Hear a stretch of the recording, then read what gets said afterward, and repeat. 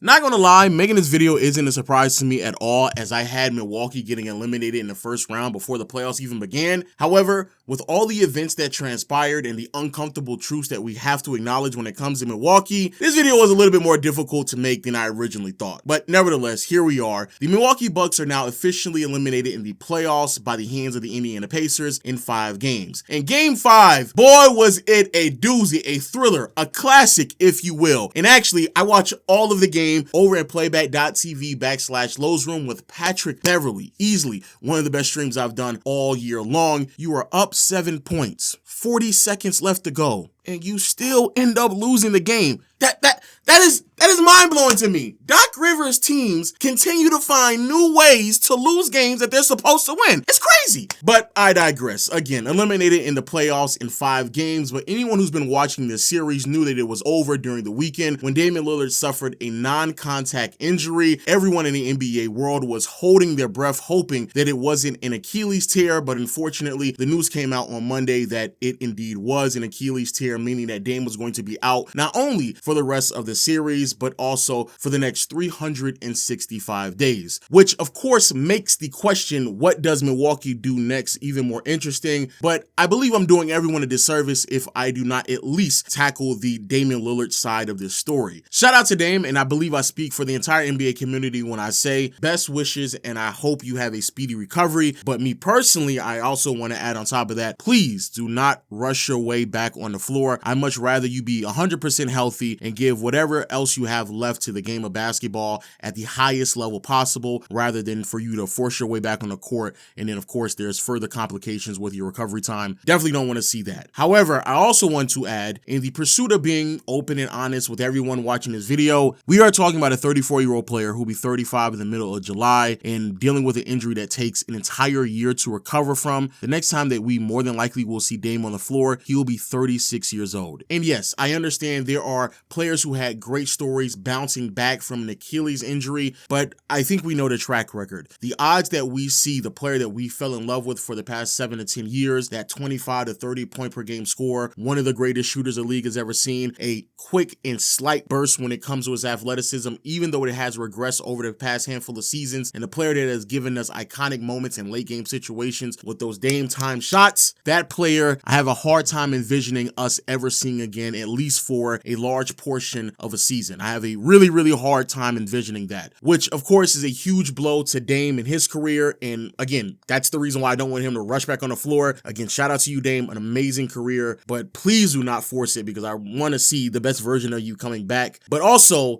it's a huge reason why I think a lot of people are starting to quickly get on the train of what exactly this means for the Milwaukee Bucks. And I'm gonna be honest with you all, when you take everything into consideration, the only conclusion that you can truly come to is to trade Giannis. And I know, Milwaukee fans, it's really hard to hear that, especially because we're talking about a player who is not just the face of a franchise, but one of the most dominant figures that we've seen over the last 20 to 25 years, a player that you do not just stumble across every 10 to 15 years. To be honest with ourselves, the last time Milwaukee's seen a player like this dates all the way back to Kareem. So I understand all of that. The reality is undeniable at this point, and it's sitting right in front of our face. And quite frankly, when you take everything into consideration, it will be malpractice if the Bucks don't trade Giannis, even if he doesn't want to be moved. Now, why exactly do I say that? Because it seems as if like I'm speaking with a level of conviction, right? Well, let's just lay out the obvious here for a second. First, the Dame and Giannis duo, complete and utter disaster. We have to admit it at this point. Heading into this series, it already wasn't working out. We gave it another year, still awkward, still not complimentary, and a lot of numbers point to the fact that the team was just as good, if not better, when there was just one of them on the floor instead of two. The duo was still lethal. It still gave you really high highs, but not enough to justify everything that you compromised in the pursuit of building this duo out. And when you have a duo this dominant, not just on the floor, but also on the payroll as well,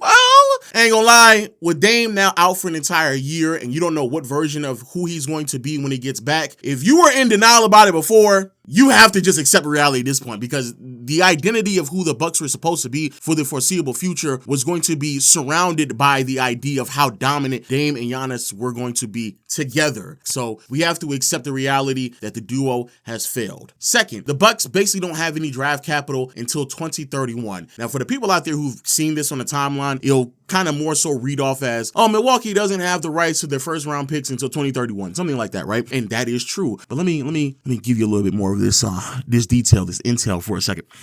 The Bucks not only don't have the rights to their first round picks, they don't have the rights to their second round picks either until 2031. Not just first, but also second, 6 years out. That is ridiculous. And they did all of that in the pursuit of building this team out. And again, it has failed. The third reason why is because the Bucks have no financial wiggle room. They have very little space to add anyone of significance on this team, which is a big part of the reason why even before Dame got injured, everyone kind of already knew that it was done. Like the duo, the experiment, all that stuff had ran its course, because even if Dame was 100% healthy, it was very clear them trying to add any more talent in free agency was impossible because they didn't have any financial wiggle room whatsoever. This year, the Bucks had one of the highest payrolls in the NBA. They gave themselves a little bit of flexibility after trading Chris Middleton for Kyle Kuzma, but next year, it will be the exact same. You have both Dame and Giannis earning $54 million a piece. Then you add Kyle Kuzma in the mix when he makes $22 million. And now we're talking about between three players alone, $130 million. Keep in mind, next year's salary cap is projected to be around 155. This means that the rest of the roster has to be built out with only $25 million. Now, you may be wondering, Lo, what about Brook Lopez, Bobby Portis, Gary Trent Jr., Taurean Prince? They were able to add all these pieces to the roster. How will they not be able to keep them? Well, a couple of things, one of which,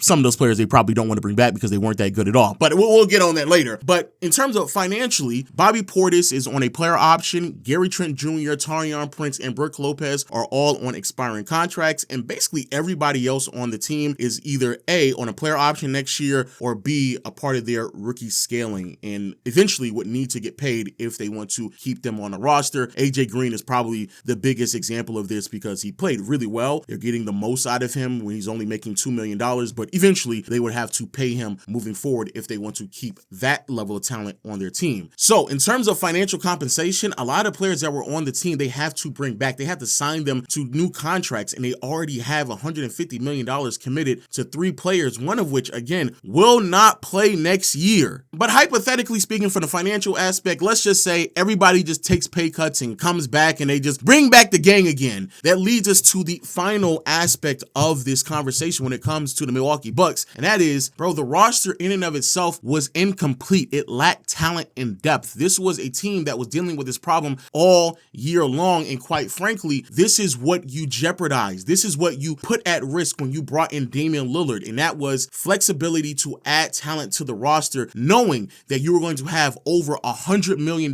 tied up with two players alone. And this is where I just believe if you want to save yourself as a front office from the malpractice that you've already done, we're talking about an organization that failed to properly prepare themselves to replace Chris Middleton and panic to go after Kyle Kuzma, an organization that has failed to replace an aging Brook Lopez, because we all know, especially if you saw the series, Brook Lopez has not been the same player that he was in previous years, and it was more difficult for him to defend in space, especially going up against the Indiana Pacers. It was really hard to see, and quite frankly, he actually got played off the floor in multiple moments in this series. Actually didn't even close in the latter part of the game because he was just getting abused in pick and roll situations. And you can also very well argue that the fact that Taurean Prince wasn't on the floor, he's also questionable to be brought back. And again, to further the point that they panic trade for Kyle Kuzma and how unimpactful he has been for this team, he also wasn't closing down the stretch either. So I think that also illuminates the lack of talent that is around this roster. So again, even if they brought back everyone, the inability to get quality production of everyone else surrounding the Dame and Giannis duo was already difficult to do in the first place. You're telling me that you're going to get quality production out of them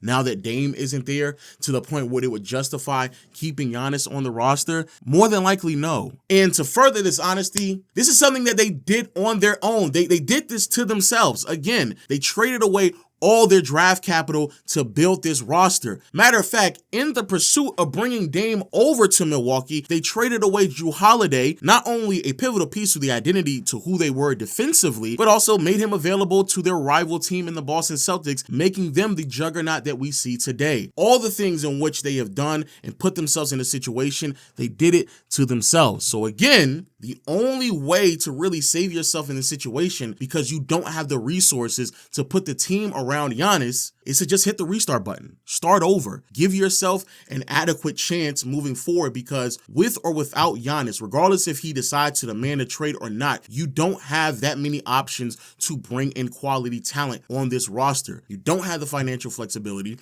You don't have the draft capital to your disposal. And it would be, in my opinion, a basketball sin to watch one of the greatest players in NBA history waste away any, and I do mean any, of his prime years on a roster that is not adequate enough to go deep into the postseason. It is a sin, in my opinion. And so, yes, I understand. I thoroughly get it. You want to be able to keep him on the team as long as possible, but to put yourself out of this situation with no financial flexibility, with no draft assets, with no young players coming up outside of AJ Green that could give you the potential of promising production, I don't see how anyone else cannot come to the conclusion of trading Giannis. That is the only conclusion that you can come to, which is then why a lot of people throw around the idea of Giannis going to the Houston Rockets, Giannis going to the Brooklyn Nets, organizations that have a plethora of draft capital. This is also another reason why I think there is a hesitation on teams throwing out certain offers at the Phoenix Suns to get Kevin Durant, because there are other players who will be available in this upcoming offseason. So people will push the brakes on a Kevin Durant transaction if they know for a fact Giannis could potentially be down the pipeline. Now, with that being said, I'm not saying that Giannis should kick down the door, barge into the front office, and start demanding trades. I'm not saying that. However, I do believe that both parties should come together, which Sham has already reported that they're going to do that. Both parties should come together, be realistic and honest with themselves, and the conclusion that I do believe is the most sound one is to move on from Giannis. Not only does it make sense for Giannis at the age of 30, looking to maximize the rest of his prime on a roster that can contend for a championship, but also, if you are Milwaukee, not only do you have to take into consideration everything that I outlined in this video, but if you decide to keep Giannis, he only has 2 more guaranteed years left on his contract. So you would immediately put yourself on a timetable that I don't believe you're going to be able to pull it off, especially when one of those 2 years, you're going to have $54 million sitting on your bench, not producing anything at all. I just don't see how any of this is feasible. Like, you can't even trade Dame at this point because no one wants Dame. 2 years left on his deal, one of which, again, sidelined for the entire year. The next year, he's making around $59 million. Though it is a player option, Dame is without a doubt going to take that option because of the injury that he just sustained to make as much money as he can before the end of his career. So Dame's trade value has plummeted to untradeable territory at this point. So trade him to the Houston Rockets, get those Phoenix Suns picks that are without a doubt going to hold a lot of value, or trade them to the Brooklyn Nets because they have a lot of draft capital as well to kind of get as much assets as possible in return for Giannis, especially because I don't think there's a young player that is available that a team is willing to move off on that would justify going after Giannis. I don't think that player exists in today's league. But at this point, it's pretty undeniable. It's pretty inevitable. And if anybody was in denial about it about a couple of months ago, at this point, you kind of can't be. I mean, you literally cannot be in denial about what we are witnessing. So, of course, in upcoming weeks, we will talk about what is the best situation for Giannis and what's going on. But at this point, it's undeniable. Trading Giannis is what the Bucks should do next.